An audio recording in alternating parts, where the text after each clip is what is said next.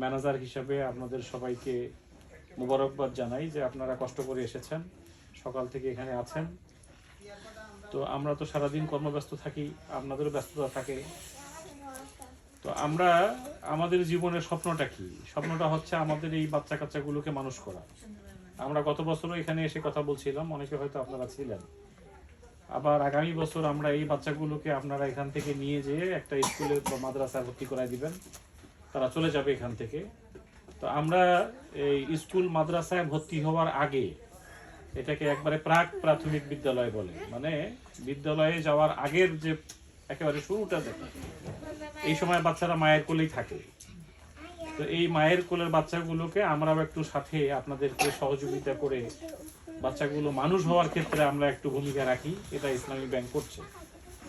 এখানে আমাদের ভাই বলেছে যে ইসলামী ব্যাংক ছাড়া এই কাজটা আর কেউ করে না, অথচ অনেক ব্যাংক বাংলাদেশে আছে যারা এরকম ছোট ছোট বাচ্চাদেরকে একেবারে স্কুল যাওয়ার আগে, মাদ্রাসায় ভর্তি হওয়ার আগে এইভাবে তাদেরকে একেবারেই ছোট্ট জীবনে তাদেরকে কিছু শিক্ষা দেওয়ার কাজটা আর কেউ করছে না, এটা আমরা করতেছি। তো এইটার জন্য ইসলামী ব্যাংক ধন্যবাদ পাওয়ার যোগ্য যে ইসলামী ব্যাংক এই কাজটা করছে। ইসলামী ব্যাংক এই বাচ্চাগুলোকে ফ্রি বই দিচ্ছে, তারপরে এদেরকে আমরা বিভিন্ন শিক্ষা উপকরণ দিচ্ছি। এটা ছাড়াও আমরা বিভিন্ন ধরনের কার্যক্রমের মাধ্যমে আমরা সোশ্যাল ওয়েলফেয়ার, সমাজ কল্যাণমূলক কাজগুলো আমরা করছি, যেটা বাংলাদেশে ইসলামী ব্যাংক করছে। তো আমি আপনাদেরকে কয়েকটা পয়েন্টে কথা বলতে চাই। সেটা হলো, একজন দার্শনিক বলেছেন যে একটা ভালো মা দাও, আমি তোমাদেরকে একটা ভালো জাতি উপহার দেব। তো এই যে আমরা যারা এখানে কথা বলতেছি, আমরা কিন্তু কোনো না কোনো মায়ের সন্তান। আজকে যারা আমেরিকার প্রেসিডেন্ট, তিনিও কোনো একজন মায়ের সন্তান। আমাদের বাংলাদেশের যিনি এখন প্রধান উপদেষ্টা, তিনিও একজন মায়ের সন্তান। আবার এই মায়েরাই আমাদেরকে জন্ম দিয়েছেন, আমরা এই মায়েদের কাছ থেকেই দুনিয়াতে আসছি। তো মারা যদি ভালো সন্তান জাতিকে উপহার দিতে পারে, তাহলে একটা ভালো জাতি তৈরি হবে। তো সন্তান জন্ম নিলেই ভালো সন্তান হয় না। একটা মুরগির বাচ্চা জন্ম নেওয়ার সঙ্গে সঙ্গে দৌড় মারে, একটা ছাগলের বাচ্চা জন্ম নেওয়ার সঙ্গে সঙ্গে দৌড় মারে, একটা গরুর বাচ্চা জন্ম নেওয়ার সঙ্গে সঙ্গেই সে নিজে নিজে দাঁড়াইতে পারে। কিন্তু মানুষ এমন এক অসহায় সৃষ্টি যে জন্ম নিয়ে সে দাঁড়াইতে পারে না, জন্ম নিয়ে সে হাঁটতে পারে না, জন্ম নিয়ে সে কিছু করার তার শক্তি থাকে না। এই জন্য পৃথিবীতে মানুষ সবচেয়ে দুর্বল সৃষ্টি, যে তাকে কাছে টেনে কোলে নিয়ে তাকে অনেক কিছু করাইতে হয়, তাকে কোলে পিঠে করে বড় করতে হয়। তো এই যে কোলে পিঠে করে বড় করা, এটা যেমন একটা কাজ, তাকে খাওয়ানো, তাকে পড়ানো, তাকে ঘুমানো, এটা যেমন একটা কাজ। পাশাপাশি একটা ছাগলের বাচ্চা, গরুর বাচ্চা, তাকে কোনো জ্ঞান দিতে হয় না, তাকে কথাবার্তা শেখাতে হয় না, লেখাপড়া শেখাইতে হয় না। কিন্তু মানুষের বাচ্চাকে মানুষ বানাতে হয়। এই মানুষটা জন্ম নিলেই হয় না, দুইটা চোখ দুইটা কান থাকলেই সে মানুষ হবে না। তাহলে তো একটা গরুর সাথে আমাদের পার্থক্যটা কোথায়? গরুও প্রস্রাব পায়খানা করে, আমরাও করি, গরুও খায়, আমরাও খাই। পার্থক্যটা কোন জায়গায়? পার্থক্যটা হলো যে গরু যেখানে প্রস্রাব পায়খানা করে, আমি সেখানে প্রস্রাব পায়খানা করতে পারবো না, আমি মানুষ। এটাই পার্থক্যটা। গরু যেটা খায় আমি সেটা খেতে পারবো না, আমার খাবারের মধ্যে অনেক কিছু বাছাই করার ব্যাপার আছে। এটা হলো মানুষ। এই গরু যেভাবে ঘুমে আমি সেভাবে ঘুমাইতে পারবো না, আমাকে ডান কাত হয়ে শুইতে হবে। আমার শোয়ার সময় এবং শোয়া উঠার একটা নিয়ম আছে। এই নিয়মটার জন্যই গরু এবং মানুষের মধ্যে পার্থক্য। সেই নিয়মটা যদি আমি না শিখি মা হিসাবে, এবং আমার বাচ্চাগুলোকে যদি আমি না শিখাই, তাহলে তো মানুষ হবে না। আমিও মানুষ হইতে পারবো না, আমার বাচ্চা কাচ্চা মানুষ হইতে পারবে না। এই জন্য একটা প্রাণীর সাথে একটা মানুষের পার্থক্যটা একজন মায়ে তার বাচ্চাকে শিখাইতে পারে। মা হলো একটা বাচ্চার ইউনিভার্সিটি, মা হলো একটা বাচ্চার শিক্ষা প্রতিষ্ঠান। এই জন্য আপনারা এই প্রতিদিন যা ঘরে সংসারে যা কিছু করেন, এটি কিন্তু আপনার বাচ্চা আপনাকে দেখে, খেয়াল করে, অনুসরণ করে। আমার মা কি করে, আমার মা কিভাবে কথা বলে, আমার মা কিভাবে কোথায় যায়, কার সাথে কথা বলে, ঘোরে কোথায়, বেড়ায় কোথায়, কোন ছবি দেখে, কোন সিনেমা দেখে, কোন নাটক দেখে, সব একটা বাচ্চা খেয়াল করে। আপনি দেখবেন যে ছোট একটা বাচ্চা হঠাৎ করে একটা কবিতা বলতেছে, কেমনে বলতেছে? আপনি তাকে শিখাইছেন, বলছেন পাশে থেকে, সে ঘুম পাড়ানির গান গাইতেছে। সে আপনি দেখবেন যে আতা গাছে তোতা পাখি বলতেছে। এই যে কেন বলতেছে এটা আপনি তাকে শিখাইছেন। আপনি যদি বলতেন যে শরীয়তে উজু, তাহলে সে উজু শিখত। আমরা শিখাইছি শরীয়তে অজগর, সে অজগর শিখছে। আপনি যদি মানে শরিয়াতে আম শেখান, আম শিখবে। আপনি যদি বলেন শরিয়াতে আজান হয়, আজান সে শিখবে। হ্যাঁ, এভাবে রসইতে ইলিশ মাছ হয়, সে ইলিশ মাছ শিখবে। আপনি যদি বলেন যে না রসইতে ঈদও হয়, দীর্ঘইতে ঈদ হয়, তাহলে সেটা শিখবে।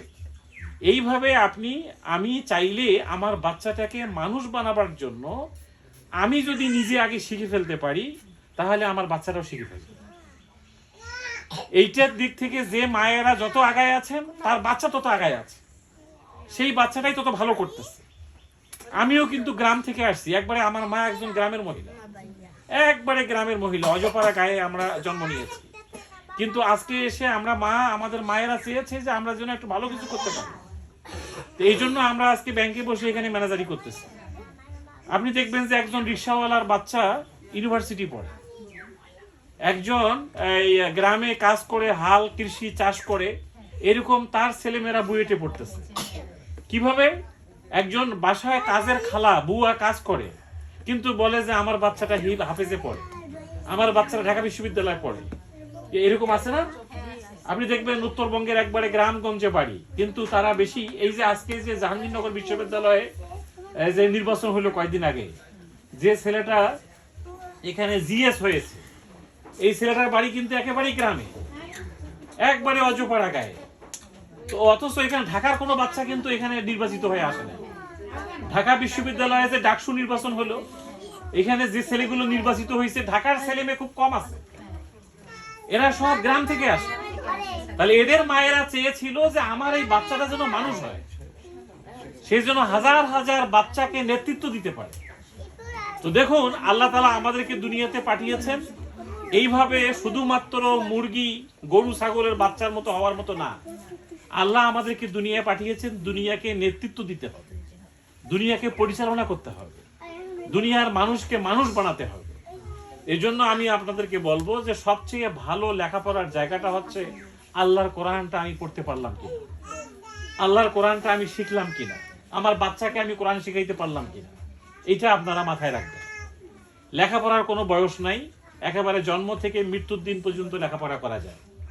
আপনারা এখন অধিকাংশ মহিলারা আমরা দেখি সমাজে সবসময় মোবাইল আর ফেসবুক আর এই নাটক সিনেমা নিয়ে ব্যস্ত আছেন। দেখুন, আমাদের এই জীবনটা কিন্তু শেষ হয়ে যাবে। আমরা এখানে কেউ স্থায়ী না। আপনি সিনেমা দেখে দেখে দেখে দেখে জীবনটা পার করাই দিলেন। বলেন, আপনার মৃত্যুর পরে কি আপনার জন্য আলাদা কোনো কবর আছে? আপনার জন্য আলাদা কোনো জান্নাত বা জাহান্নাম আল্লাহ বানাইছে? না, একই। যে কোরআন শেখে তার জন্য যে জান্নাত, আর যে কোরআন শেখে না তার জন্য যে জাহান্নাম, আপনার আমার জন্য একই। তো আমি কেন মানুষ হব না? কেন আমার বাচ্চাগুলোকে আমি অমানুষ বানাবো? আমার বাচ্চাকে মানুষ বানাবার দায়িত্ব আমার। এর আগে আমি নিজে মানুষ হইলাম কিনা সেটাও আমাকে চিন্তা করতে হবে। আপনার মা আপনাকে মাদ্রাসায় পড়ায় নাই, এই জন্য আল্লাহকে বলতে পারবেন না যে আল্লাহ আমার বাবা তো আমাকে মাদ্রাসায় পড়ায় নাই, আমি কোরআন শরীফ শিখি নাই। এই কথা বলে কোনো কাজ হবে না। আপনার বাড়িতে আপনার যদি সর্দি লাগে, কাশি হয়, আপনাকে যে সিরাপ দিবে ডাক্তার, আর ক্ষেত খামারের পোকামাকড় মারার জন্য যে একটা পয়জন বাসায় রাখা হয়, ওটাও একটা সিরাপের মতোই। আপনি যদি লেখাপড়া জানেন না যে কোনটা সর্দি কাশির সিরাপ আর কোনটা পোকামাকড় মারার সিরাপ, দুইটা কিন্তু একই রকম দেখতে, বোতলের ভিতরের ওষুধটা একই রকম দেখতে। আপনি যদি ভুল করে সর্দি কাশির সিরাপ না খেয়ে বিষ খেয়ে ফেলেন, আপনি কি ডাক্তারকে বলতে পারবেন যে আমি লেখাপড়া জানতাম না তাই ভুল করে বিষ খেয়ে ফেলছি? এটা বলতে পারবেন? আর আপনি যে ভুল করে বিষ খাইছেন, এই জন্য কি আপনার জীবনটা বেঁচে থাকবে? বেঁচে থাকবে না। ভুল করার কোনো সুযোগ নেই। আপনি ভুল করে কথা বলতে পারবেন না যে আমার আব্বা আমার আম্মা আমাকে মাদ্রাসায় পড়ায়নি, আমি কিছু জানি না। এই কথা দুনিয়ার কেউ আল্লাহর কাছে বলতে পারবে না। আপনি যখনই আপনার বুঝ হয়ে গেছে যে আমাকে 5 ওয়াক্ত নামাজ পড়তে হবে, আপনি কেন পড়বেন না? পৃথিবীতে কোন মানুষটা বোঝে না যে 5 ওয়াক্ত নামাজ পড়া দরকার? যে লেখাপড়া জানে না সেও এটা বোঝে। আমরা কেন 5 ওয়াক্ত নামাজ পড়ি না? এটার পিছনে আমাদের একটা শয়তান কাজ করে। এই শক্তিটা আছে বলেই এখানে খেলা হয়, প্রতিযোগিতা হয়। কেউ ফার্স্ট সেকেন্ড থার্ড হয়, কেউ হেরে যায়। আমি কি জান্নাতে যাওয়ার জন্য নিজেকে তৈরি করব নাকি জাহান্নাম যাওয়ার জন্য নিজেকে তৈরি করব, এটা আপনাকে সিদ্ধান্ত নিতে হবে। জাহান্নাম যাওয়ার জন্য আপনার কষ্ট করা লাগবে না, অটোমেটিক আপনি জাহান্নামে চলে যাবেন। আপনার পিছনে একটা শয়তানি চক্র কাজ করতেছে। আপনি মোবাইল বের করবেন কোরআন শরীফ পড়ার জন্য, দেখবেন আপনাকে ফেসবুক নিয়ে গেছে ওই দিকে, আপনাকে হিন্দি গানের দিকে নিয়ে গেছে। এইটা শয়তান নিয়ে যায়। সূরা নাস পড়ে দেখেন, ওখানে আল্লাহ তাআলা বলছে যে ইউ ওয়াসওয়িসু ফি সুদুরিন নাস মিনাল জিন্নাতি ওয়ান নাস। মানুষের মধ্য থেকে এবং শয়তানের মধ্য থেকে কিছু শয়তান আছে যারা আপনাকে মিসগাইড করতেছে, এবং তারা ওয়াসওয়াসিল খান্নাস। ওয়াসওয়াস শব্দের অর্থ আপনার ভিতরে তারা ওয়াসওয়াসা দেয়, আপনাকে প্রতারিত করে। আর কি করে? খান্নাস। খান্নাস শব্দটার অর্থ হচ্ছে গোপনে আসে, দেখা যায় না। আপনি দেখা গেল না যে আপনাকে কোরআন শরীফ পড়া থেকে কে ফেসবুকের দিকে নিয়ে গেল, আপনি বুঝতে পারতেছেন না। এইটা দেখা যায় না, গোপনে আপনাকে নিয়ে যায়। আপনি কোন ফাঁকে বেপর্দা হয়ে গেছেন আপনি নিজেও বুঝতেছেন না। কোন ফাঁকে একটা মেয়ে ধ্বংস হয়ে যায় সে নিজেও বোঝে না, তার শয়তান তাকে মিসগাইড করে। এটাই হলো খান্নাস, গোপনে আসে। এই জন্য আমাদেরকে লেখাপড়া করতে হবে, সতর্ক থাকতে হবে, যাতে শয়তান আমাদেরকে জান্নাতের পথ থেকে জাহান্নামের দিকে নিয়ে না যায়। আপনার আমার মৃত্যুর পরে পৃথিবীর সমস্ত আলেম, হুজুর, মসজিদের ইমাম একসাথে হয়ে 1000 বার কোরআন খতম করলেও আপনার কিছু হবে না। আপনার জান্নাত আপনাকে ঠিক করে নিতে হবে। আপনি 5 ওয়াক্ত নামাজ পড়তেছেন না, এই জন্য কোন হুজুর দোয়া করে আপনার গুনাহ মাফ করাই দিতে পারবে এরকম কোন হুজুর আছে নাকি? আজকে যদি আমি ফজরের নামাজ না পড়ে থাকি, তাহলে কোন হুজুরকে দিয়ে দোয়া করাইলে কি আমার ফজরের গুনাহটা মাফ হবে? কি আপনার বিবেক কি বলে? এটা মাফ হবে না। এই জন্য আমাদের নবী ফাতেমা, তার মেয়ে ফাতেমাকে ডেকে বলছিল যে মা, আমি তোমাকে অনেক কিছু দিতে পারবো, টাকা পয়সা, কাপড় চোপড়, তোমার কসমেটিক্স কি লাগে অনেক কিছু দিতে পারবো, কিন্তু মা একটা কথা মনে রাখবা, তুমি যদি জান্নাত যেতে চাও তোমার প্রস্তুতি তোমাকেই নিতে হবে। কিয়ামতের মাঠে তোমাকে জিজ্ঞাসা করবে না যে ফাতেমা তোমার বাবার নাম কি, তোমার বাবা যে নবী মুহাম্মদ, এই কারণে তুমি জান্নাত যেতে পারবে না। তুমি 5 ওয়াক্ত নামাজ পড়ছো কিনা এই জবাব দিয়ে আল্লাহ তোমার কাছেই জিজ্ঞাসা করবে, তোমাকেই জবাব দিতে হবে। আমার কথাটা কি বুঝতে পেরেছেন? এটা মাথায় রাখবেন। আল্লাহর নবী তার মেয়ে ফাতেমাকে যদি এই কথা বলে যে আমি তোমার বাবা নবী হওয়ার কারণে তুমি জান্নাত যেতে পারবে না, তাহলে পৃথিবীর কোন পীর সাহেব কি আমাদেরকে জান্নাত পাঠাইতে পারবে? না। এই বুঝটা আমাদেরকে কেউ আজ পর্যন্ত দিল না। আমরা মৃত্যুর পরে হুজুরদেরকে ডেকে এনে খাওয়া দাওয়া করাই দিই, কোনো লাভ নাই, কিচ্ছু হবে না। আপনার গুনাহের ফয়সালা আপনাকে করতে হবে। এই বাচ্চাগুলো যদি মানুষ না হয় অমানুষ হয়, এই জন্য আল্লাহ আপনাকে জাহান্নামে দেবে। তুমি বাচ্চাটাকে মানুষ বানাও নাই কেন? তাকে মোবাইল দিছো, গান শিখাইছো, হিন্দি গান শিখাইছো, একটা আজান শিখাইতে পারো নাই কেন? একটা তাকে দোয়া শিখাও নাই কেন? দরুদ শরীফটা শিখাও নাই কেন? আতাহিয়াত শিখাও নাই কেন? এই প্রশ্ন আল্লাহ যদি কিয়ামতের মাঠে করে, আমি মা হিসেবে কি জবাব দেব? কি শিখাইলাম এই বাচ্চাকে? খালি দুধের ফিডার খাওয়াইলাম, খালি তাকে আমি এই খাবার দিলাম, সেই খাবার দিলাম, ঈদের সময় পোশাক দিলাম, কিন্তু ঈদের নামাজটা কেমনে পড়তে হয় এটা তো শিখাইলাম না। এই জবাবদিহি মা হিসাবে আপনাকে আল্লাহর কাছে করতে হবে। আমার নবী যদি তার মেয়েকে ডেকে এই কথা বলতে পারে যে মা, তোমার ফয়সালা তোমার পারফরমেন্স দিয়ে, তোমার কার্যক্রম দিয়ে, তোমার আমল দিয়ে আল্লাহ তোমার ফয়সালা করবে, আমি তোমার বাবা নবী, এই জন্য তোমার কিচ্ছু হবে না। তিনি তার ফুপুকে ডেকে কথা বলেছেন, ফুপু তুমি আমাকে কোলে পিঠে করে মানুষ করেছো, কিন্তু এজন্য আল্লাহ তোমাকে সওয়াব দিবেন, কিন্তু তুমি যেটা তোমার জান্নাত যাওয়ার কাজ তোমাকেই করতে হবে। তিনি তার ফুপুকে ডাকছেন, তার মেয়েকে ডাকছেন, তার স্ত্রীদেরকে ডাকছেন, ডেকে সবাইকে এক এক করে সিঙ্গেল সিঙ্গেল বলছেন। এই জন্য ভালো মা হইতে হবে, ভালো মা হলে সন্তান ভালো হবে। আর এই ভালো সন্তানটাই দেখবেন ঢাকা বিশ্ববিদ্যালয়ে ডাকসুতে যাবে, সে দেশকে নেতৃত্ব দিবে, বুয়েটে পড়বে, দেশে বিদেশে ছড়ায় যাবে। এই জন্য দেখবেন কোরআন শরীফের প্রথম শব্দটা হচ্ছে ইকরা। প্রথম শব্দ এটা, ইকরা মানে পড়ো পড়ো পড়ো। আমরা সেই লেখাপড়া ভুলে গেছি, লেখাপড়া করি না। আমাদের বাবা মাও করে নাই, তার বাবা মাও করে নাই, কেউই করে নাই, আমরাও করতেছি না। এই ইকরা শব্দের অর্থ হচ্ছে পড়ো পড়ো পড়ো। ইসলামী ব্যাংক এটা শুরু করেছে লেখাপড়া দিয়ে, লেখাপড়া করো, লেখাপড়া করো। লেখাপড়া ছাড়া দুনিয়াতেও কিছু হবে না, আখিরাতেও কিছু হবে না। দেখবেন কবরের প্রথম প্রশ্নটা কি, মান রব্বুকা। তাহলে মান রব্বুকা এটা যে একটা প্রশ্ন, প্রশ্ন এবং উত্তর কারা দেয়? যারা লেখাপড়া করে। কবরের প্রথম জবাব, প্রথম আপনাকে কবরে যে শোয়াই দিয়ে আসলাম আমরা, বা আমাদেরকে শোয়াই দিয়ে যখন আত্মীয় স্বজন চলে যাবে, তখন দুইজন ফেরেশতা এসে আমাদেরকে উঠায় বসাবে কবরে। কবরে বসায় প্রথম প্রশ্ন করবে যে মান রব্বুকা, বলো তোমার এই পৃথিবীতে তুমি কার আইন মানছিলা, কার হুকুম মানছিলা, কাকে রব হিসাবে স্বীকার করছিলা, কার আইন অনুযায়ী তুমি দুনিয়াতে চলাফেরা করছো। যদি আমি লেখাপড়াই নাই জানি, এটা অনুযায়ী যদি জীবনে কোনো কাজে না করি, আমি কি ওই প্রশ্নের জবাব দিতে পারবো? কোন হুজুর আমাকে দোয়া করে ওই প্রশ্নের জবাব দেওয়ার ব্যবস্থা করতে পারবে না। এই কথাটা কি বুঝতে পারছেন আপনারা? এরপরে অমা দিন উকা, অমান নাবি উকা, এগুলো কবরের প্রশ্ন। এই প্রশ্ন আমি উত্তর মুখস্থ করে গেলে হবে না, এটার সাথে জীবনের সমস্ত কার্যক্রম মিলাই নিতে হবে। তাহলে কোরআনের প্রথম শব্দটা কি? ইকরা, ইকরা, ইকরা, পড়াশোনা করো, লেখাপড়া করো। কি লেখাপড়া করবা? বিসমি রাব্বিকাল্লাযী খালাক, যে আল্লাহ তোমাকে দুনিয়াতে পাঠালেন ওই আল্লাহর ব্যাপারে লেখাপড়া করো। ওই আল্লাহ কেমন, আল্লাহর শক্তি কেমন, আল্লাহর পাওয়ার কেমন, আল্লাহর জান্নাত কেমন, জাহান্নাম কেমন, আল্লাহর এই পৃথিবীটা কেমন, এখানে আপনার কি কাজ কাম, এই ব্যাপারে লেখাপড়া করো। এই লেখাপড়ার মূল বইটা হচ্ছে আল্লাহর কোরআন। আমরা এখনো আল্লাহর কোরআনের সবগুলো অর্থ সূরা জানি না, এর নামাজে সূরাগুলো পড়ি সেগুলোর অর্থ আমরা জানি না, আত্তাহিয়াত, দরুদ শরীফ, দোয়া মাসুরা, দোয়া কুনুত আমরা বুঝি না। আমরা কি হবে আমাদেরকে দিয়ে? এই আজকে আমরা এই আলোচনার মাধ্যমে আপনাদেরকে একটু জাগাতে চাই যে আসুন একটু জেগে উঠি। আমরা ঘুমের মধ্যে আছি।